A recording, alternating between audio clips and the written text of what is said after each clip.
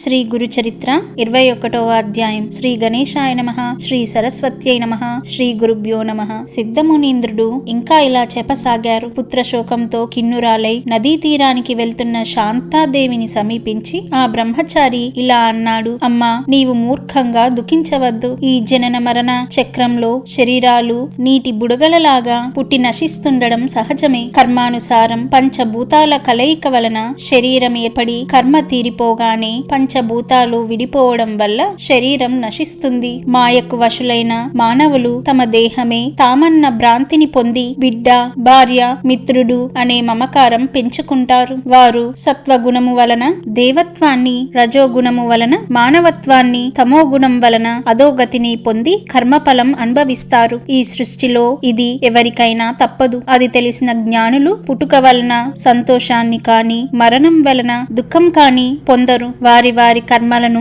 అనుసరించి కొందరు బాల్యంలోనే మరణిస్తారు. నిజానికి శరీరం రక్తము, మాంసము మొదలైన ధాతువులతో నిండి మలినమైనది. బుద్ధిమంతులు ఇట్టి శరీరాన్ని నిత్యము, ప్రియము అని భావించరు. ఎన్నెన్ని జన్మలలో ఎవరికెవరు తల్లులో, బిడ్డలో, భర్తలో ఎవరికెరుక? ఇతడు నీ బిడ్డడన్న భ్రాంతితో శోకిస్తున్నావు. ఆ మమకారాన్ని విడిచి శాస్త్ర విధిని అనుసరించి అంత్యక్రియలకై వారికి శవాన్ని అప్పగించు. ఆ మాటలు విని శాంతాదేవి, అయ్యా, మీరు కరుణతో ఉపదేశించినది ధర్మమే కాని అది నా మనస్సులో కొంచెం కూడా నిలవడం లేదు. జనన మరణాలకు మూలం కర్మే అయితే భగవంతుని సేవ వలన నశిస్తుందని పెద్దలెలా చెప్పారు? నాకు పూర్వకర్మ దోషమున్నదని తెలిసే నేను స్వామిని సేవించాను. శ్రీ గురుడు నాకు అభయమిచ్చి వరమిచ్చాడు. ఇప్పుడు మరి నన్నెందుకిలా ఉపేక్షించాడు? రోగులు వైద్యుడిచ్చే మందుతో జబ్బు తగ్గించుకుంటున్నారు. పేదవారు శ్రీమంతులిచ్చే ధనంతో కష్టం తొలగించుకుంటున్నారు. అలానే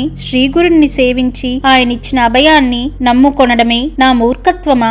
ఈ నా బిడ్డ శతాయుష్మంతుడవుతాడని ఆయన వరమిచ్చాడు. నాకు దాపరించిన పిశాచ భయాన్ని పోగొట్టి సాక్షాత్తు ఆ భగవంతుడే ప్రసాదించిన ఈ ఫలం విఫలం ఎందుకవ్వాలి? ఆయన యొక్క ఈ కీర్తి నలుదిశలా వ్యాపించడానికైనా ఈ నా దేహాన్ని కూడా ఆయనకే సమర్పిస్తాను అన్నది. అప్పుడు ఆ బ్రహ్మచారి, అమ్మా, అలా అయితే ఇక్కడ దుఃఖించి ఏమి ప్రయోజనం? నీకెక్కడ వరం లభించిందో అక్కడికే ఈ శవాన్ని తీసుకువెళ్లి అడుగు అని ఉపాయం చెప్పాడు. ఆ తల్లి అందుకు అంగీకరించి శవాన్ని తన కడుపుకు కట్టుకుని పంచగంగా సంగమంలోని శ్రీగురుడు అధివసించిన ఉదుంబర వృక్షం వద్దకెళ్ళింది. అక్కడ ఆమె పట్టరాని క్రోధావేశంతో అచ్చటి పాదుకలకు తన తలను కొట్టుకుంటుంటే రక్తం కారి పాదుకలు తడిశాయి. సాయంత్రమయ్యేసరికి బ్రాహ్మణులు వచ్చి ఆమెతో, నీవు దుఃఖం అణుచుకొని కర్తవ్యం ఆలోచించు. కొద్దిసేపట్లో సూర్యుడు అస్తమించేలోగానే అంత్యక్రియలు పూర్తి చెయ్యాలి. శవం ఇంకా వాసన కూడా వస్తుంది కనుక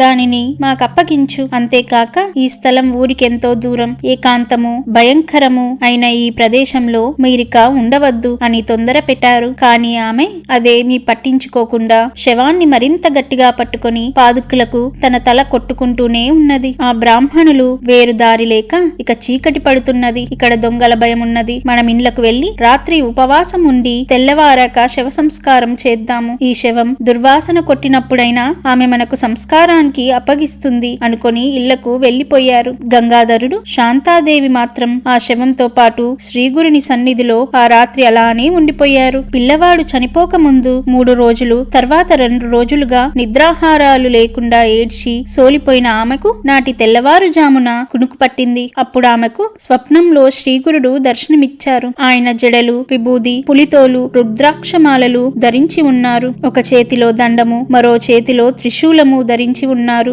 ఆయన బయట నుండి వీరున్న ఉదుంబర వృక్షం క్రిందకు వచ్చి ఆమెతో, అమ్మా, నాపై నిష్ఠూరాలాడతావెందుకు? నీ బిడ్డకేమైంది? నేనిప్పుడే అతనికి వైద్యం చేస్తాను అని ఆ శవానికి విభూది పూసి పిల్లవాని ముక్కులోకి గాలి ఊది, అమ్మా, నేను నీకేం అపకారం చేశాను? ఇంకా ఉపకారమే చేశాను. నీ బిడ్డ శరీరం నుండి వెడలిపోయిన ప్రాణవాయువును మళ్లీ ప్రతిష్ఠించాను. నా మీద కష్టపెట్టుకోవద్దు, ఇక దుఃఖించకు అని చెప్పి అదృశ్యులయ్యారు. శాంతాదేవి త్రుల్లిపడి నిద్రలేచింది. కాని ఇది నా పుత్ర వ్యామోహం వలన వచ్చిన కలే కాని చనిపోయిన వాడింకా బతుకుతాడా?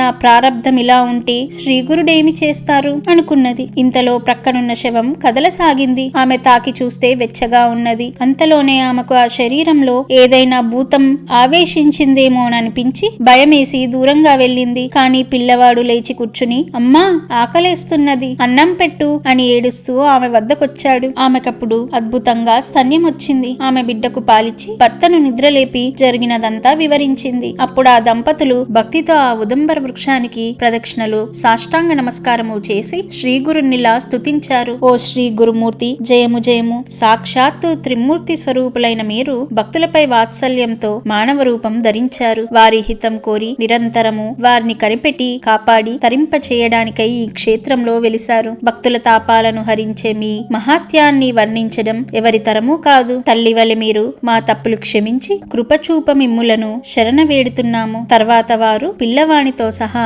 వెళ్లి సంగమ స్నానం చేసి ఆ నీటితో గురు పాదుకలు కడిగి శుభ్రం చేసి ఉదంబర వృక్షాన్ని పాదుకలను అభిషేకించి పూజించారు. ఇంతలో సూర్యోదయమైంది. శవదహనం కోసమని గ్రామం నుండి వచ్చిన బ్రాహ్మణులు ఆ బాలురు బ్రతికి ఉండడం చూచి ఆశ్చర్యపడి శ్రీ గురు మహిమను కొనియాడారు. ఆ దంపతులు ఆనందంతో బ్రాహ్మణులకు భోజనం పెట్టారు. తర్వాత ఆ పిల్లవాడు విద్య వినయ సంపన్నుడు, దీర్ఘాయువు, భాగ్యవంతుడు అయ్యాడు. కనుక నామధారక, ఈ క్షేత్ర మహిమను వర్ణించడం ఎవరితరమూ కాదు. అచ్చటి మేడి చెట్టు మూలంలో శ్రీగురుడు నిశ్చయంగా నిత్య నివాసం చేస్తున్నాడు. అక్కడ ఆయనను భక్తితో సేవించిన వారికి కోరినవన్నీ నెరవేరుతాయి, సందేహం లేదు. అందుకే అచ్చటి మేడి చెట్టు సాక్షాత్తు కల్పవృక్షమే. శ్రీ దత్తాయ గురవే నమః.